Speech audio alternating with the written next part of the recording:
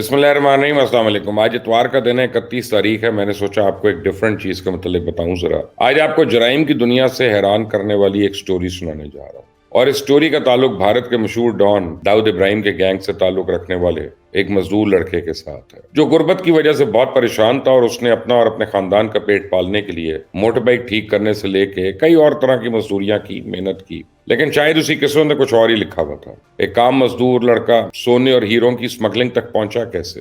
جسے ایک وقت کی روٹی نہیں مل رہی تھی، کیسے اس نے یورپ اور امریکہ میں کاروبار اور جائیدادیں بنا لی ہیں؟ بالی ووڈ اداکاروں کے ساتھ اس کے تعلقات بنے کیسے؟ اور پھر سنجے دت کو اسلحہ سپلائی کرنے میں اس کا کیا کردار تھا؟ جی، سنجے دت جو انڈین سٹار ہے۔ یہ سارے دلچسپ حقائق آپ کے سامنے رکھوں گے اس ویڈیو میں، لیکن آپ نے اگر ابھی تک اس چینل کو سبسکرائب نہیں کیا تو پلیز کر لیجئے گا، بیل آئیکن کو ضرور پریس کریے گا تاکہ مزید اپڈیٹس آپ کو مل جائیں۔ بہرحال، بھارت سے تعلق رکھنے والے انڈر ورلڈ ڈان داؤد ابراہیم کے نام سے کون واقف نہیں ہے؟ اور بھارت میں رہنے والا کوئی ایسا شخص جو کسی دور میں داؤد ابراہیم کے خوف میں مبتلا نہ رہا ہو، ہے نہیں۔ بھارت میں مزدور فیملی سے تعلق رکھنے والے نوجوانوں نے صنعتیں بند ہونے کی وجہ سے روٹی روزی کی حصول کے لیے دوسرے ذرائع ڈھونڈنا شروع کر دیے۔ تب بھارت کے اندر بعض علاقوں میں صنعتیں بڑی تیزی کے ساتھ بند ہو رہی تھیں، اور فیکٹریز میں کام کرنے والے کم عمر لڑکوں کی بڑی تعداد تیزی کے ساتھ بے روزگار ہو رہی تھی۔ تب یہ کم عمر لڑکے ہی اپنے خاندان کے کفیل بھی تھے۔ اب گھر کا چولہا انہی لڑکوں کی مزدوری سے چل رہا تھا، تو اب گھروں کے چولہے بجھنا شروع ہو گئے۔ لہٰذا ان لڑکوں نے سوچنا شروع کیا کہ اب کیا کریں، کچھ تو کرنا پڑے گا۔ کسی صورت بھی اپنے آپ کو، اپنی فیملی کو بھوک اور افلاس میں تو نہیں وہ جھونک سکتے تھے۔ تو یہ 90 کی دہائی کی بات ہے۔ تب بھارت میں ماحول کچھ ایسا تھا کہ بہت سے گینگسٹرز پروان چڑھ رہے تھے، اور داؤد ابراہیم کا طوطی ہر جگہ بول رہا تھا، بڑھ چڑھ کے بول رہا تھا۔ لوگ اپنے آپ کو داؤد ابراہیم کا بندہ بتانے میں شرماتے نہیں تھے، ہچکچاتے نہیں تھے، بلکہ فخر سے بتاتے تھے کہ میں ڈی کمپنی کے لیے کام کرتا ہوں، داؤد بھائی کے لیے کام کرتا ہوں۔ اور کچھ لوگ ایسے تھے جو اپنے آپ کو سیف کرنے کے لیے، محفوظ رکھنے کے لیے بھی داؤد ابراہیم کا نام استعمال کرتے تھے۔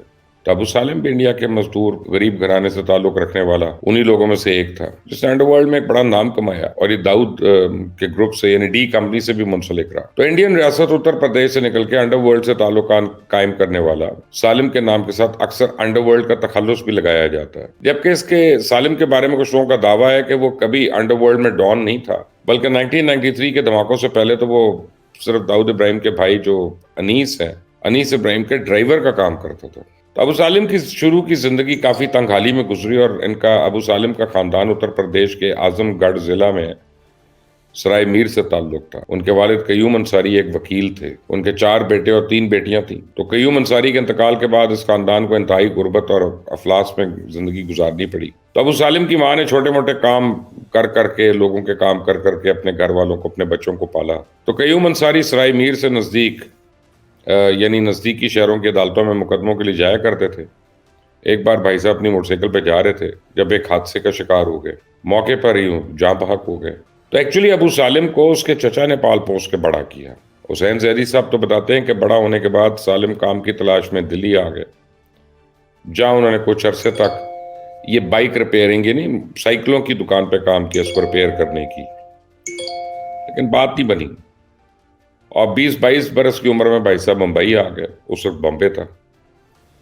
اس وقت 1990 کے دور میں ممبئی ایک چھوٹے سے شاپنگ سینٹر میں سالم ایک دکان میں بیلٹ اور یہ ساری بٹوے شٹوے، یہ فیشن کی چیزیں جو ہیں، یہ سجا کے کونے پہ وہ وینڈر تھا اور بیچا کرتا تھا۔ 80 اور 90 کی دہائی کا ماحول ایسا تھا کہ ہر کوئی شہر کا بڑا گنڈا یا بھائی بننا چاہتا تھا۔ بیشتر لوگوں کے لیے، ینگسٹرز کے لیے اسپیشلی، داؤد ابراہیم ایک رول ماڈل تھا۔ اب شاپنگ سینٹر میں کئی ایسے لوگ آتے تھے جو گنڈا گردی بھی کرتے تھے۔ ابو سالم ان سے امپریس پڑا تھا، اور اس دور میں اگر کوئی کھلے عام جا کر کسی سے کہتا تھا کہ داؤد کا آدمی ہے تو اس کو برا تو سمجھا نہیں جاتا تھا۔ لوگوں میں اس نام کا ڈر تھا۔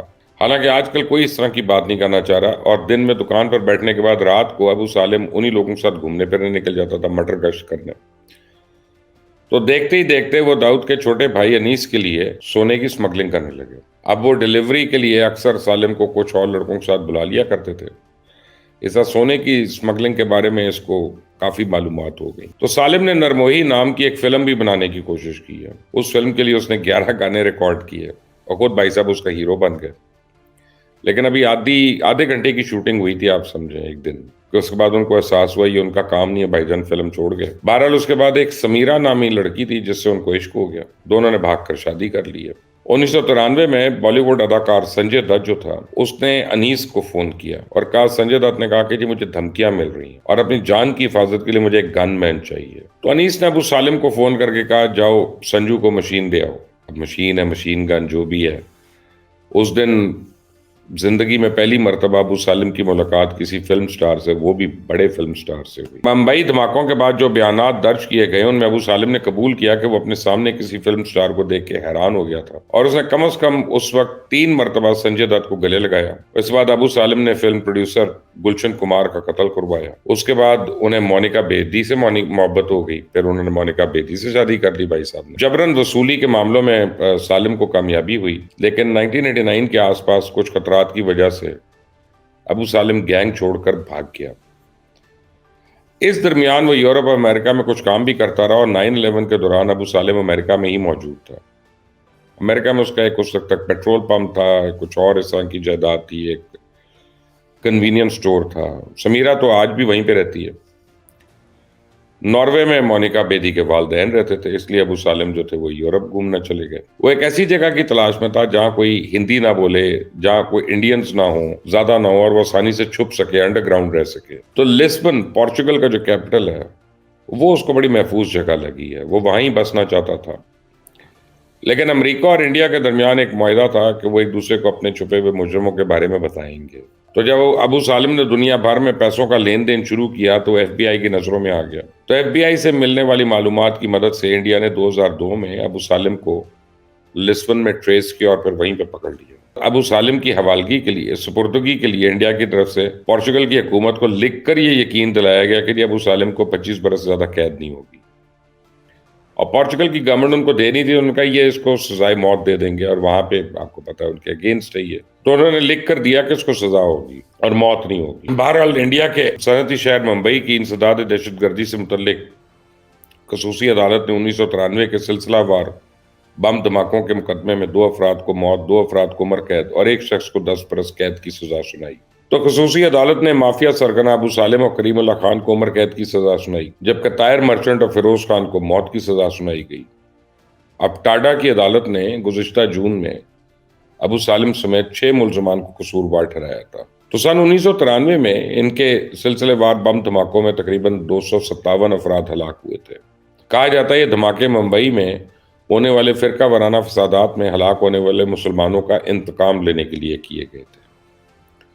تو سالم جیل میں اپنی کہانی بھی اب لکھ رہا ہے، جس میں اس کا کہنا ہے کہ اس کے پاس بالی ووڈ اداکاروں کے ساتھ بڑے تعلقات تھے، انہیں سونے اور ہیروں کی سمگلنگ بڑی پسند تھی، اور سالم کی زندگی کے بہت سے پہلو انتہائی دلچسپ اور پراسرار بھی ہیں، کہ کیسے ایک غریب خاندان سے تعلق رکھنے والا لڑکا جو ایک مزدور کی حیثیت سے ممبئی جیسے شہر کا رخ کرتا ہے، دیکھتے ہی دیکھتے بہت تھوڑے عرصے کے اندر ہی انڈر ورلڈ میں ایک بہت بڑے نام کے طور پہ ابھرتا ہے اور عالمی میڈیا کی زینت بن جاتا ہے۔ انڈر ورلڈ سے جڑے ہوئے مزید پراسرار واقعات میں آپ تک لے کے آؤں گا، اور لیکن آپ مجھے کامنٹس میں بتائیے گا کہ آپ سننا بھی چاہتے ہیں کہ نہیں، اور انڈر ورلڈ میں بہت بڑے بڑے کیریکٹرز ہیں، ان سب کے متعلق آپ کو بتا سکتا ہوں اور بتاؤں گا انشاءاللہ۔ تو اس چینل کو سبسکرائب کریے گا، بیل آئیکن کو پریس کریے گا۔ Until the next time، اللہ حافظ۔